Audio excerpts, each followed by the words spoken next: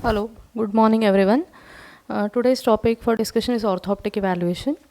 What is orthoptics? It's nothing but the assessment of binocular status of the eyes and to study both gross and fine partnership between two eyes with these tools. Before heading for the orthoptic evaluation, we should note some important points in the history like age, occupation, general health status, chief complaints like squinting, intermittent blurring, diplopia and alike, history of any trauma, number of hours of computer related work. You can take help of convergence insufficiency symptom survey questionnaire for such cases. Also, we should estimate vision, uniocular, binocular, near and distance prior to the orthoptic evaluation, get the cycloplegic refraction done, do the PMT if needed and prescribe glasses. Orthoptic evaluation is generally divided in three headings like sensory, motor and test for non-strabismic binocular vision dysfunction. First, generally it is started with sensory evaluation first. As we all know, binocular single vision consists of simultaneous perception, fusion and stereopsis.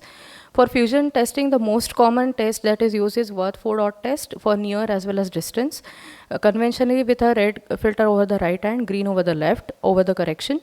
So if you see all 4 dots, it's fusion. If 2 red, it's left suppression. 3 green is it's right suppression. 5 dots, it's diplopia. And according to the direction of dots, we can get crossed or uncrossed diplopia.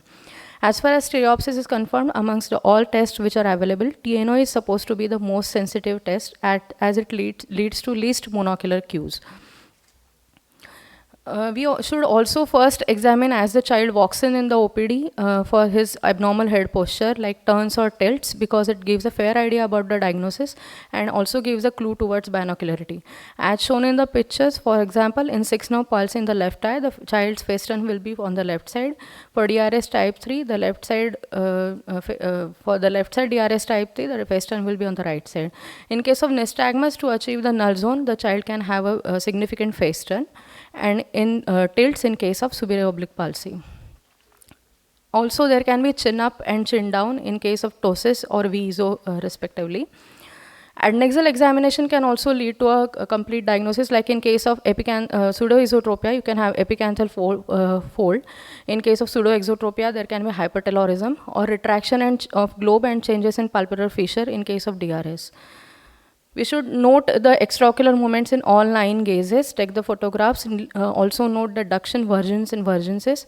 We should document the extent, the saccades in case of paratic squint. Look for discomfort, pain, strain or double vision during testing. Look for changes in palpebral fissure, and in case of pre-verbal or non-cooperative child, we can go for Doll's eye maneuver.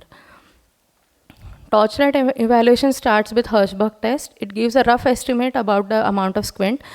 As we all know, if the reflex is at the pupillary margin, it's 15 degree. In between the limbus and the pupillary margin is 30 degree, and at the limbus and beyond it is 45 degree. Bruckner test is a bedside test for evaluation of squint or high refractive error leading to myopia. Both eyes are coaxially illuminated from a distance of approximately 1 meter with the help of distant direct ophthalmoscope. In the eye with a brighter reflex, there is generally a squint or a high refractive error leading to myopia. It is because the concentration of pigment epithelium is not much, and so we get the brighter reflex in that eye. Heading on to the cover test is divided between cover, uncover and alternate cover. Plain cover test is generally done for tropias, wherein you generally occlude the apparently fixing eye and the movement in the other eye is noted. If it is in to out, it is ET, out to in, it is XT, up to down, it is hypertropia, and down to up, it is hypotropia. Uncover test is generally done for phorias, that is latent squint. After refractive error is on, you can cover either eye and note the movement of the eye under the cover when the cover is removed. So as you can see in this picture, when I remove the cover, the child's eye moves from out to in, indicating that it is exophoria.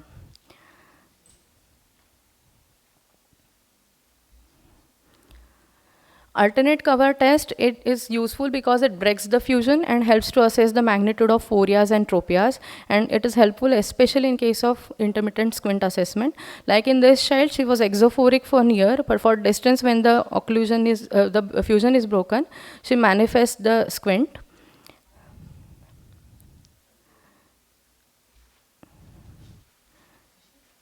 And when she is finally asked to blink, she can fuse again.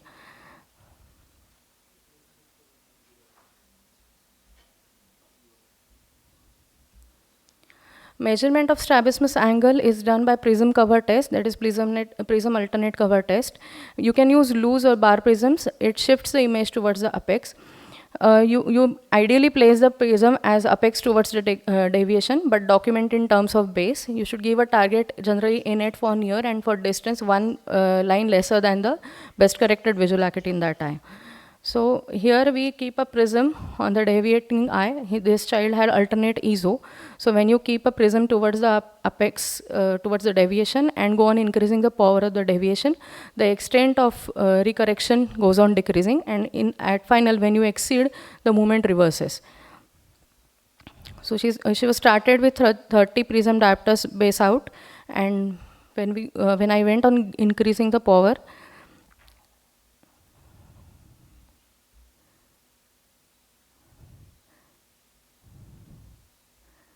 and finally, when it was overcorrected,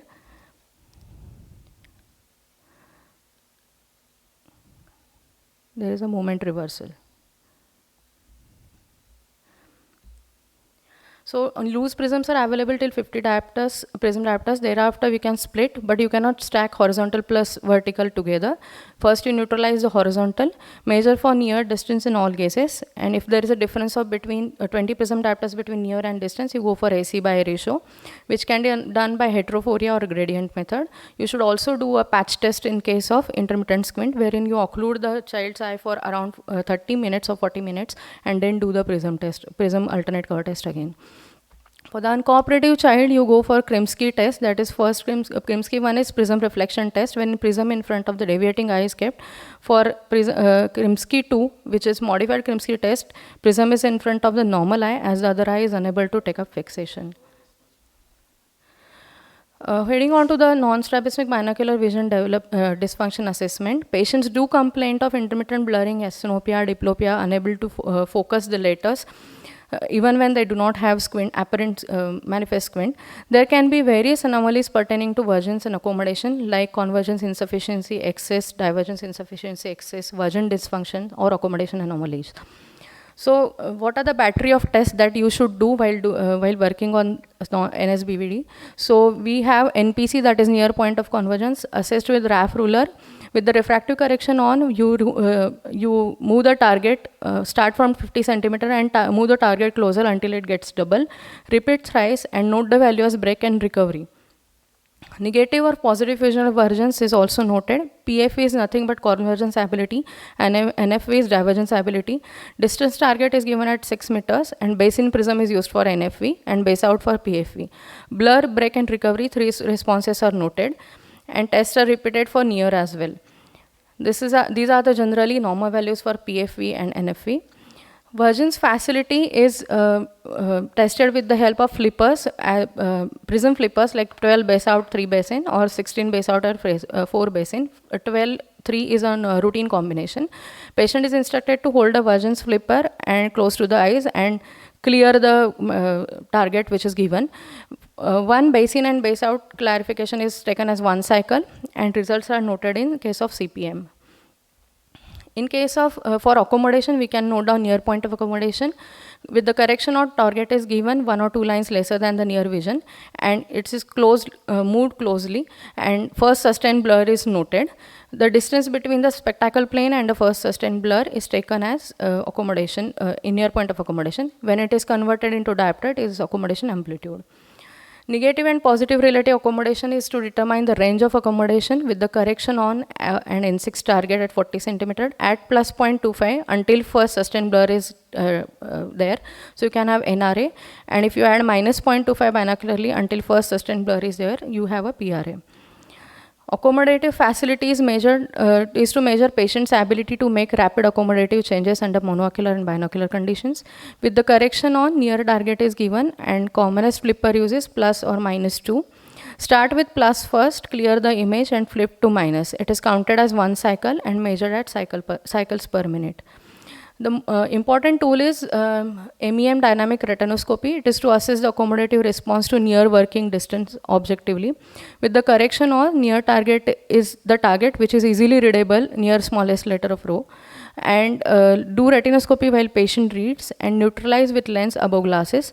Now, normal value is between plus 0.25 to plus 0.5. More than plus 0.5 is lag of accommodation and less than plus 0.5 lead of accommodation. Other tests which are objectively done to document diplopia charting and Hess charting. To objectively document torsion, we can have fundus photography. Nishita, you'll have to conclude.